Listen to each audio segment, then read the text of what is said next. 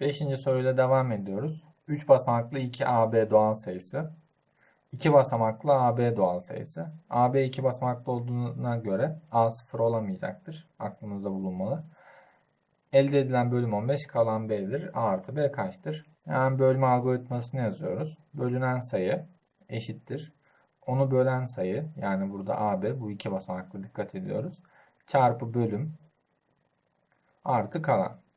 Bu eşitlik sağlanıyormuş. Şimdi burada tekrardan düşünülebilecek fazla bir şey yok. Hızlıca işlemlere girmemiz lazım. Çoğu alet sorusu bu şekildedir. Hızlıca işlemi, yani çok fazla bazen düşünmeden direkt işleme dalmanız lazım.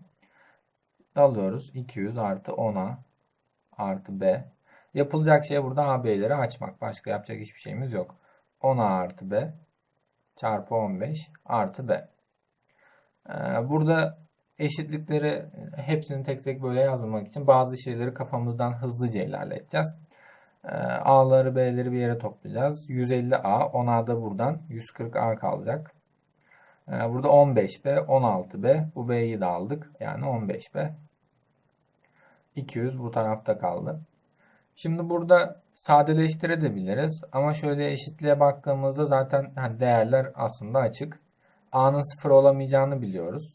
A ile B rakamını biliyoruz. A 2 de olamaz. Çünkü 2 olursa bu 280 olacak. 200'ü aşacak. Hani burada A'nın değerinin 1 olduğunu direkt gördüğümüz için 5'e bölmekle, yani sadeleştirmekle uğraşmadan devam edebiliriz. A 1 olacak. A 1 olunca 140, aşağı attık 60. 60 15'e böldüğümüzde de B 4 olacak. Toplamları da 5 olacak. Cevap Adana.